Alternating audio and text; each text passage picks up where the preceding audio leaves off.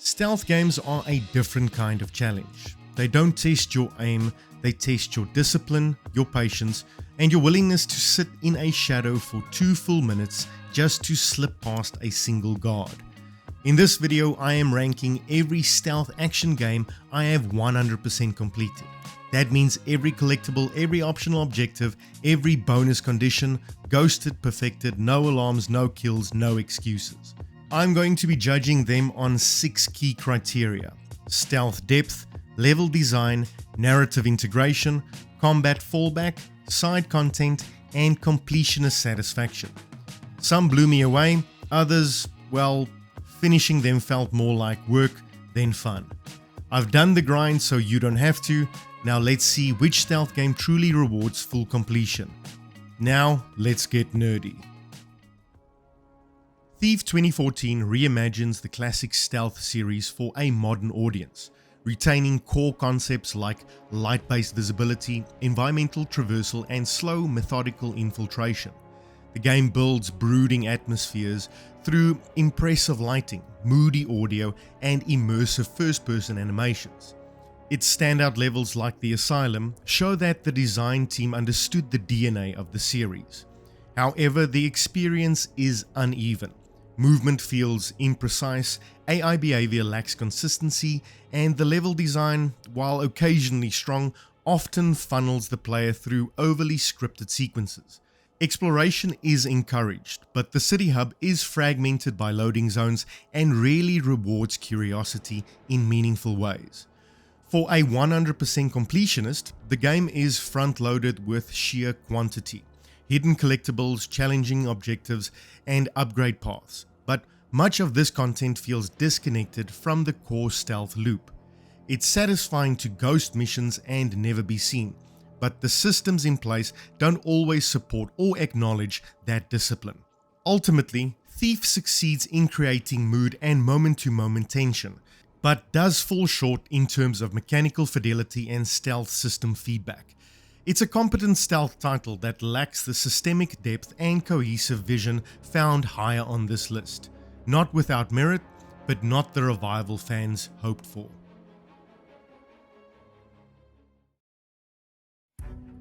Styx Shards of Darkness is a game built entirely around stealth, and it has to be, because the moment you're spotted, everything falls apart. Styx isn't built for combat. If you're caught, you're either running or you're dead. The toolkit is easily its strongest asset. Light and sound play a big role, and Styx abilities like cloning himself to create distractions or dissolving bodies to erase your mistakes give you some clever ways to outthink the AI. The problem is that the AI isn't always consistent. Sometimes they'll hunt you down like bloodhounds, and other times they'll lose interest the second you duck behind a box. Levels are bigger and more complex than Masters of Shadows, with multiple approaches and solid verticality.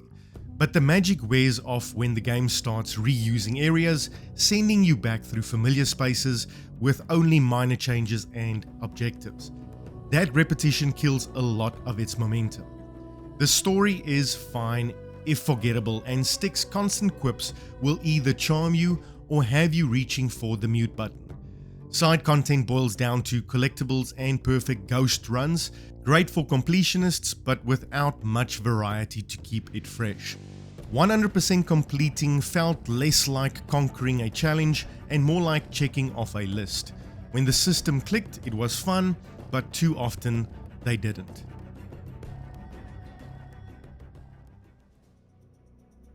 The original Splinter Cell remains a seminal work in the stealth genre. Its use of dynamic lighting, sound propagation, and the iconic light meter set a new bar for how stealth could be implemented in 3D space. Missions like the CIA infiltration remain a standout example of tension and precision. From a more modern lens, the game is more rigid than its successors.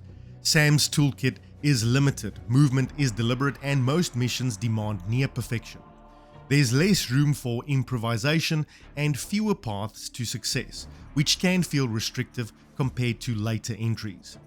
That said, the game still rewards discipline and planning. It communicates its systems clearly, and when you succeed, it feels earned.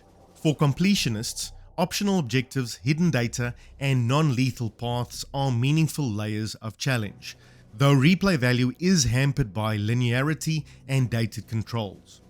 While Splinter Cell undoubtedly has been surpassed in nearly every mechanical way by its sequels, its importance is undeniable. It laid the foundation for a franchise that would come to define stealth in the 6th console generation. It's a product of its time, but it's still a solid experience for those willing to engage with its deliberate pacing.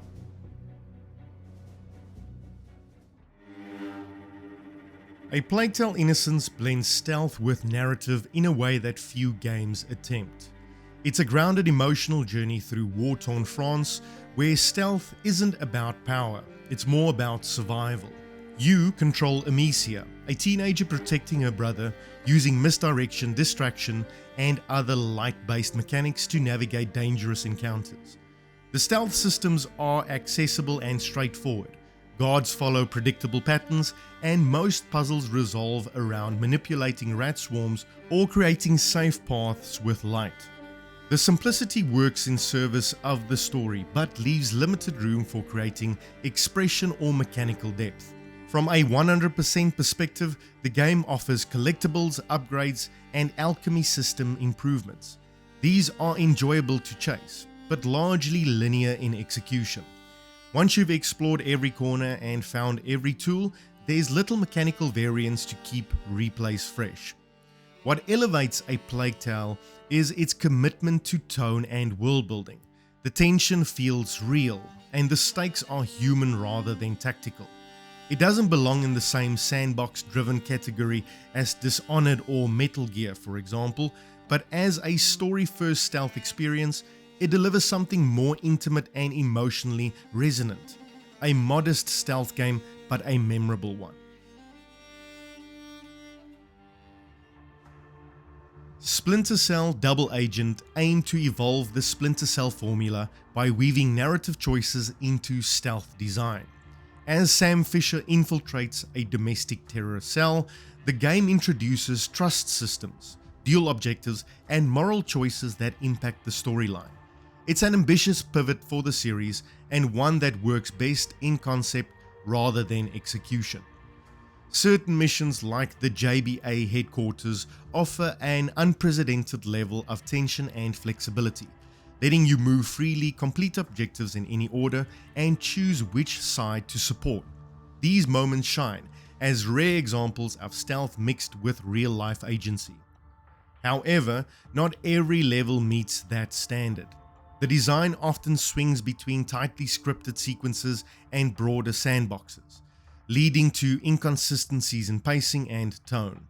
AI behavior varies from passable to implausible, and stealth tools feel pared back compared to Chaos Theory or Blacklist. From a 100% standpoint, the branching objectives and divergent endings give the game legitimate replay value. But ghosting missions cleanly across all outcomes is made more difficult by unclear detection statuses and occasionally awkward mission scripting. Double Agent doesn't quite reach the heights of its predecessors, but it deserves credit for trying something different. It's uneven, yes, but moments of genuine tension and innovation keeps it from slipping into forgettability.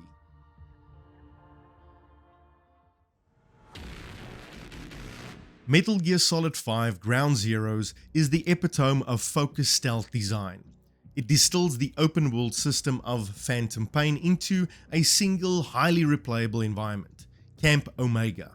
It's not expansive, but it is surgical. Everything in this compact space is deliberately placed, from searchlights and cameras to enemy patrols and hidden routes. The stealth mechanics are razor sharp. Enemy AI reacts believably, noise propagation is readable, and the addition of reflex mode introduces just enough tension breaking to keep mistakes recoverable. It's a playground for stealth pursuits. Where it stumbles slightly is in its structure. For a 100% run, you'll be replaying variants of the same core mission. Different objectives, loadouts, and restrictions, but always within the same layout.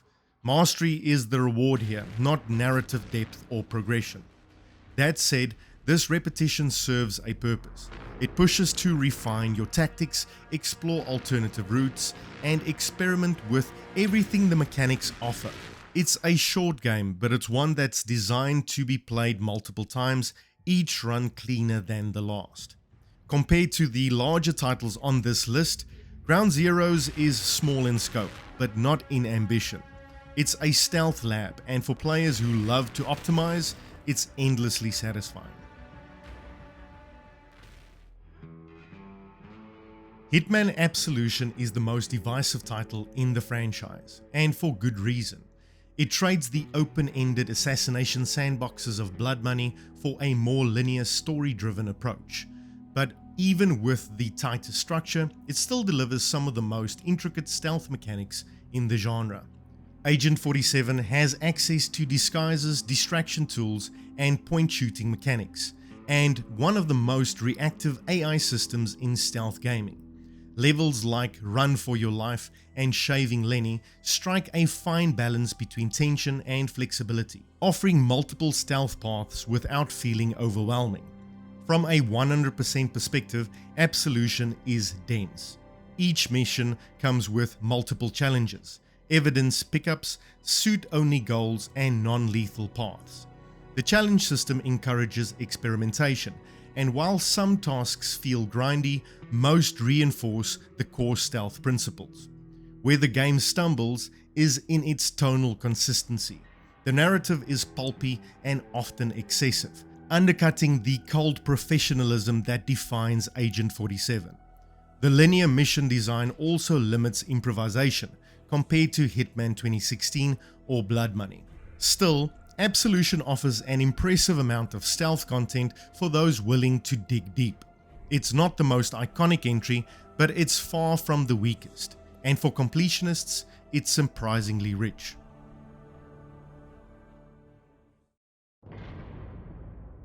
Thief Deadly Shadows represents the culmination of the classic Thief trilogy, and despite its age, it still delivers one of the most atmospheric stealth experiences ever made.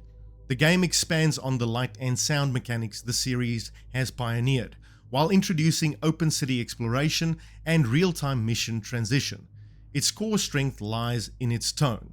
There's a constant tension, a feeling of being outnumbered and outmatched, where every footstep matters. The stealth system remains remarkably robust. Shadows are your lifeline, and sound plays a crucial role in both navigation and detection. From a 100% standpoint, the game rewards exploration and curiosity. Optional loot, readables, and secondary objectives are everywhere, and some of the best content, like the legendary Shell Bridge Cradle, is entirely missable if you're not thorough.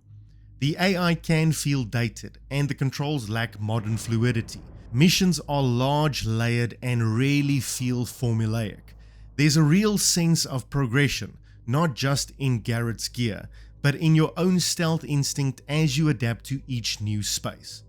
Among older stealth games, Deadly Shadows holds up far better than expected. It's less refined than modern entries, but in terms of immersion and stealth purity, it earns its spot. If you can forgive its age, it remains a masterclass in tension and tone.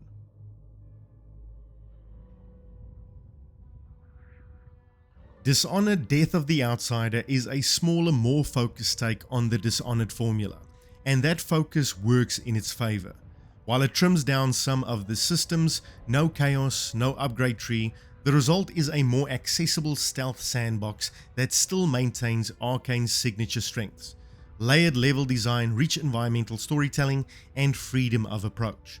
You play as Billy Lurk, whose powers are limited in a number of creatively potent ways. Semblance lets you steal identities. Displace gets you high mobility positioning.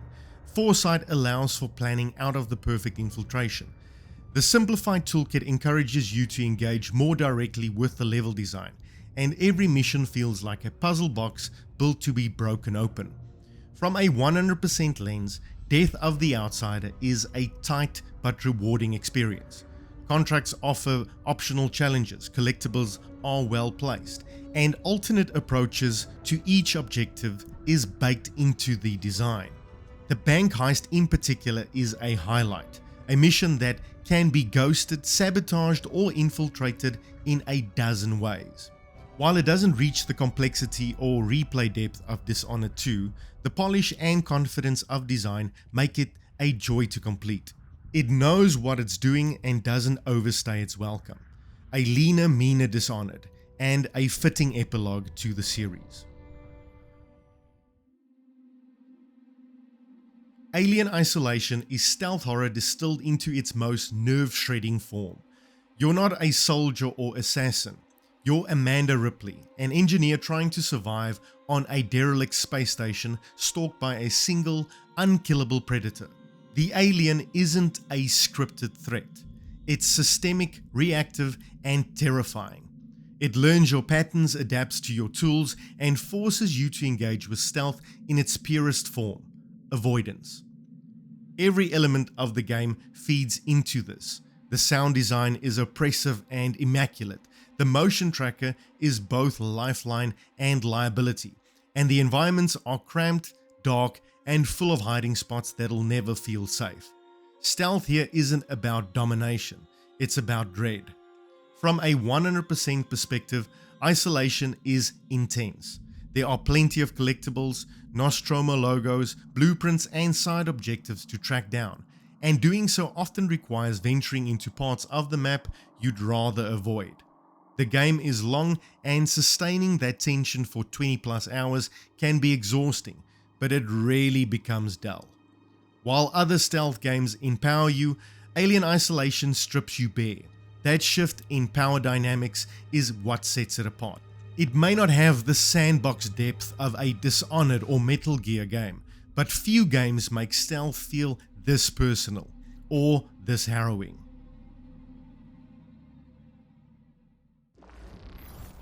Tom Clancy's Splinter Cell Blacklist is a refinement on everything Splinter Cell had been building towards. A stealth action hybrid that respects classic design while embracing modern flexibility.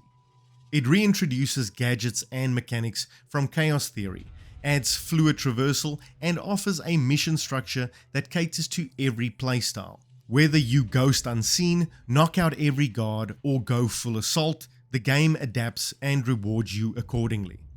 What makes Blacklist stand out is its versatility. Each mission is a self-contained sandbox, filled with alternate routes, hidden objectives, and optional challenges that encourages creative problem solving.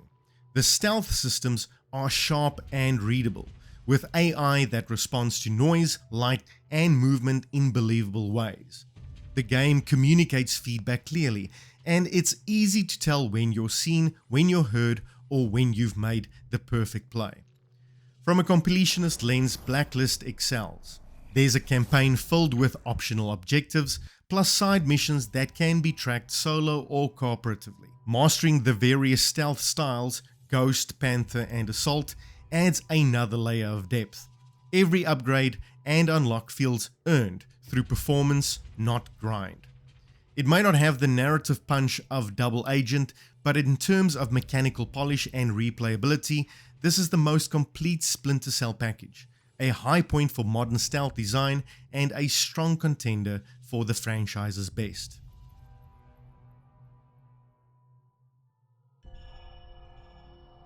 The original Dishonored felt like a lightning strike when it arrived. It fused stealth with immersive sim mechanics in a world that begged to be explored and exploited. You're not just sneaking through corridors, you're blink teleporting across rooftops, stopping time to dodge patrols, and possessing rats to infiltrate locked buildings. It's stealth reimagined as a toolkit for creative problem solving. The systems here are rich and reactive. Noise, light, line of sight, suspicion levels, it's all readable, but never obvious. The game gives you the tools to dominate every encounter, but restrains itself from pushing you into specific directions. Whether you go non-lethal or high chaos, the world responds. Dialogue changes, enemy presence shifts, and your choices shape the tone of the narrative. 100% completion is where Dishonored really holds up. Hidden bone charms, ruins, optional contracts, and side narratives are tucked into every corner. Ghosting missions while never alerting a single guard and never killing anyone is a rewarding challenge that feels both earned and acknowledged. Some mechanics, like the chaos system, would be refined in the sequel, but the foundation laid here remains exceptional. Few stealth games offer this much agency, and fewer still build their world around that freedom with this much care. Metal Gear Solid 2: Sons of Liberty is a game of contradictions. It's linear yet dense with possibility. It's heavily scripted, but constantly reactive. It's a story-first experience that also happens to contain some of the best stealth gameplay ever committed to disc. Beneath its postmodern chaos is a remarkably sharp stealth system, one where enemy cones of vision, sound propagation, and player visibility are all tightly tuned. Every room is a puzzle, every patrol is a moving piece. The AI here was groundbreaking for its time, responding to noise, footprints, missing allies, and environmental changes. As Raiden, you're fragile, but empowered through tools and situational awareness.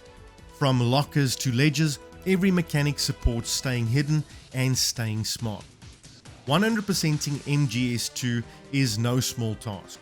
Dog tags, VR missions, alternate difficulties, and the sheer number of stealth routes in each area make it a challenge even for veterans. The payoff is less about eccentric rewards and more about internal mastery. There's always a cleaner way through, and MGS2 dares you to find it. Of course, it's less open than the Phantom Pain, but more focused, less explosive, but more intricate. It may be remembered for its narrative left turns, but it earns its place here through systems that still hold up today. Dishonored 2 is arcane at the peak of its powers. It takes everything that made the original great, player agency, reactive systems, vertical level design, and elevates it with smarter AI, richer environments, and an expanded stealth toolkit. Whether you choose Corvo or Emily, the game empowers you to express your playstyle through a suite of powers that interlock in endless creative ways. The standout is its level design. Clockwork Mansion and A Crack in the Slab aren't just memorable, they're masterclasses in stealth sandbox architecture. Every room is layered, every patrol path meaningful, and every approach valid. These are environments that encourage observation, experimentation, and mastery. From a completionist point of view, Dishonored 2 is incredibly generous. Secrets, hidden ruins, bone charms, optional contracts, alternative routes, and passive story threads are everywhere. Ghosting a mission without powers, without alerts, and without kills is not just possible, it's specifically accounted for, right down to unique dialogue and endings. The chaos systems return, more nuanced this time, affecting tone and outcome without punishing experimentation. It feels like a true evolution of what immersive stealth can be, precise, layered, and rewarding at every level of execution. If Dishonored laid the groundwork, Dishonored 2 refined it into a blueprint for the genre. It's one of the finest stealth experiences ever made.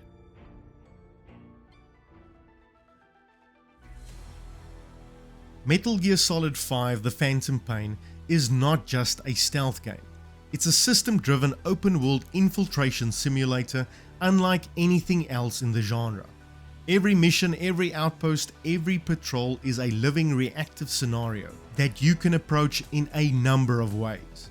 Whether you're crawling through tall grass at night, deploying decoys, sniping guards with tranquilizers, or dropping in from a helicopter in full daylight, the game lets you own every decision.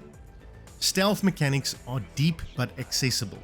Vision cones, noise, light levels, weather, time of day, all factors into how enemies behave. Reflex mode, customizable loadouts, and base building create a feedback loop that ties your performance in the field directly to long-term progression. From a 100% perspective, this game is massive. You'll be completing S-rank runs, perfect stealth, no kills, side ops, base upgrades, and even recruiting specific soldiers. It's a commitment, but one that feels rewarding because the systems are so satisfying to engage with. Every infiltration feels earned, every exfiltration a small triumph. The story may falter in the second half, but the stealth never does. The Phantom Pain is endlessly replayable, constantly surprising, and mechanically brilliant. It's not as narratively tight as MGS2, but it's the most mechanically rich game Kojima has ever made. And at the top of my list, Splinter Cell Chaos Theory, a game that remains the benchmark for systemic stealth nearly 2 decades after its release. It's a perfect fusion of design clarity, mechanical precision, and level structure. Light and sound are king here, and every decision you make has an immediate, tangible consequence. You're not fighting systems, you're mastering them. Sam Fisher's toolkit is surgical. Fiber optic cameras, sticky shockers, EMPs, lockpicks, night vision modes, all meaningful, all reliable. The game trusts you to learn, plan, and execute without holding your hand. Levels like the bank, the cargo ship, and the lighthouse are self-contained stealth sandboxes, each with multiple viable paths and emergent outcomes. What elevates Chaos Theory for completionists is how cleanly it respects stealth discipline. Ghosting a mission, completing all objectives, and leaving without a trace is not only possible, it's celebrated. There's no padding, no filler, just tight design and rock-solid AI that reacts logically to your actions. The tone here is also perfect in my opinion. The writing balances tension and dry wit. The music dynamically shifts based on your visibility, and the feedback loop is constant and crystal clear. This isn't stealth diluted for mass appeal, it's stealth distilled to its purest form, and that's why it sits at number 1 for me.